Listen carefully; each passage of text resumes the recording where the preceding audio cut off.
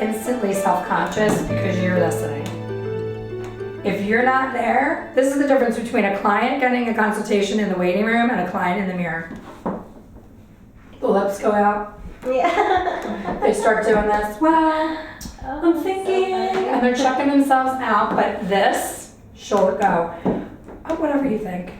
Whatever you think, because she's like, judging. Girl next to me is judging. It's crazy. There's so much psychology to what we do, and we don't realize how important us knowing what's going on in their head before they even know what's going on in their head, we can make them so much more comfortable. So the difference is, I'm thinking as I'm walking up, let me get Eileen away from Brianna to a quiet, safe space so that she can feel like I'm paying just attention to her. So I walk up and say, hi Eileen, I'm Elaine, I'm gonna do your color today. It's so nice to meet you. I'm gonna bring you back to the color room. You can follow me. And that's when I stand behind her and walk her over. Now pretend she's in the color room, and we're in the same room. So this is how my color room is set up. We don't have mirrors for a reason, because most women should never see themselves in the middle of a double process. They think you made a mistake and they want to run for the hills. So we have no mirrors in the color room. So now she's in my chair and she's freaking out because there is no mirror, and it happens every day, all day in the salon. So first, I want to get on her level. So I want to use another chair in the room, and I'll pull it up very casually, right up to her, or I'll grab a stool. But I get right on her level, and I'm careful with my body language. I don't do this. Again, I don't cross my arms, but I usually will do this, where I put my hands in my lap, so it's kind of like a safe, open, and I kind of lean to the side, and I'll say, so talk to me about your hair a little bit. And I'm giving her the floor. I'm telling her that it's all about her and what she wants to talk about. I'm not leading her in any way and saying, you know, what color do you want? You know, what color were you thinking that you want? I'm bringing the questions out to her, and I'll say, tell me a little bit about your hair right now. And she'll say, well, like in this situation, she may talk about, I love my highlights, but they're just grown out, and I just want them to be reconnected up here, is what she might say. Or she might say, the last time the girl made me lighter than I want to be, whatever reason. But I think the biggest disconnect in our business every day long, all day long, everywhere in America, is when the client is giving you those clues and they're speaking, you're thinking, how many times have you been in a conversation where you're thinking about what you were going to say and you didn't listen to what the person was saying, and then it's like the whole conversation is lost? So these moments when you're on her level, you're leaning in, you're talking to her, you have to be so present to that conversation, not worrying about, did my boyfriend text me back about the fight that we had? Is my client under the dryer overcooking right now? Like, you need to make sure you know everything else that's going on, so that in that 10 minutes, you're giving her 10 minutes to tell you everything she loves and hates about her hair. I've seen consultations where the client will say, I don't want any red, I hate red. You know, the whole conversation is about not wanting red, and then I'll hear the stylist say, well, I'm thinking like a reddish highlight would look great on you, because she didn't listen. She didn't listen to her say, I don't want red, I don't want red, I don't want red. So it happens all the time. So listen for the clues. And then the most important thing is at the end of the consultation, check back in with her and say, this is what I'm hearing that you said that you're looking for. We're gonna reattach these highlights. We're gonna lighten you way past the gold stage into the pale color so that you don't fade brassy, which you said was an issue. You're repeating back to her what you heard. Where if you say something that isn't what she said, this is the time for it to come out, not when you have 14 foils in the head of red hair, and then say, oops, I missed that you said you hated red. So always repeat back, always check back in. And then something that gets a little uncomfortable, but I highly recommend, is discussing price. If what she's having done is more than what she signed up for or what she thought she was getting, if it's even gonna be $5 more than what she came in thinking she was gonna spend, tell her now. Because if she has that look like, oh no, I only have so much that I want to spend, this is the time to meet halfway and say, okay, well, we won't do the extra glaze, or we won't do the blow dry, or, you kind of work it out where it's comfortable for her and you know that you've discussed it and she's not getting blindsided at the desk. Because that's another way that you're going to end up having the boat with the hole in it. Is I've had it all. I've been in business for 30 years. So I've had the rock star colorist who always has a person in their chair, and she would do 7 foils on Eileen and consider that a full highlight. And then you have the girl across the room that does 46,000 foils and considers it a partial. So there's always leeway in the charging, and people start to play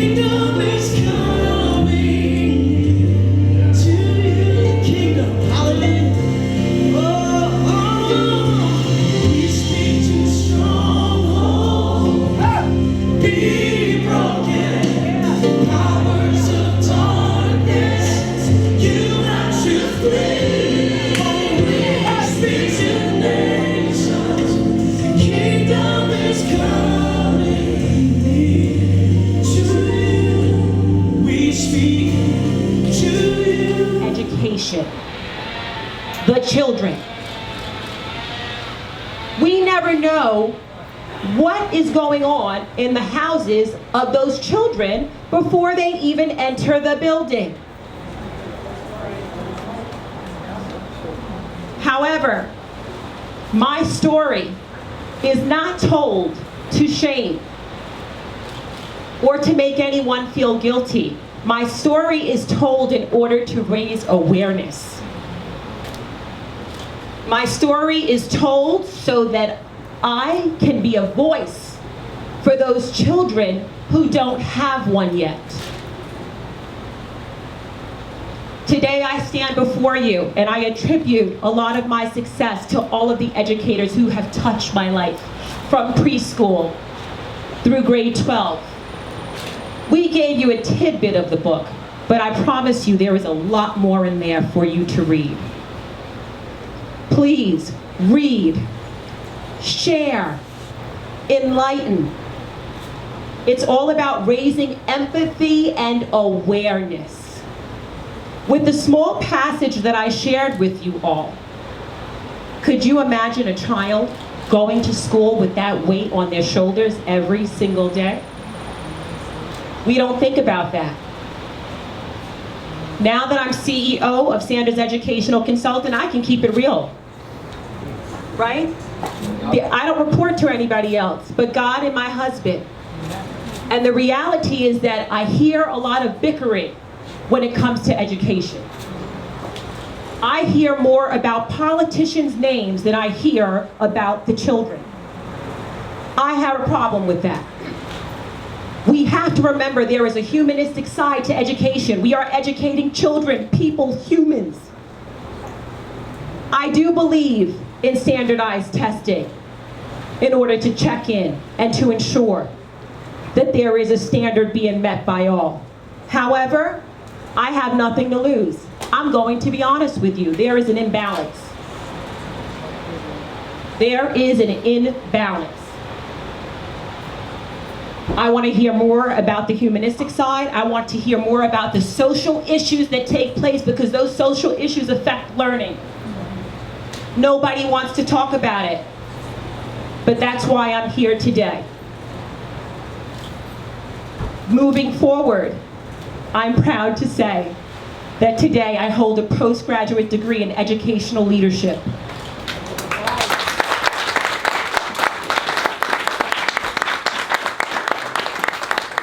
I am licensed in both Delaware and New York from superintendent on down to dean.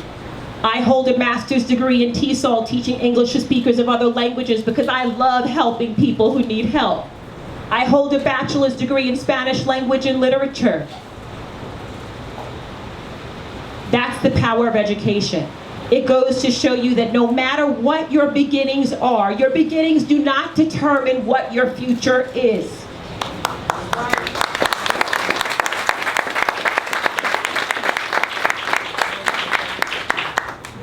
So thank you all. I'm also looking to continue to spread this message and to share the word, and to also empower educators, to let them know that what they're doing does matter. Every day they touch a life of a child. It makes all of the difference.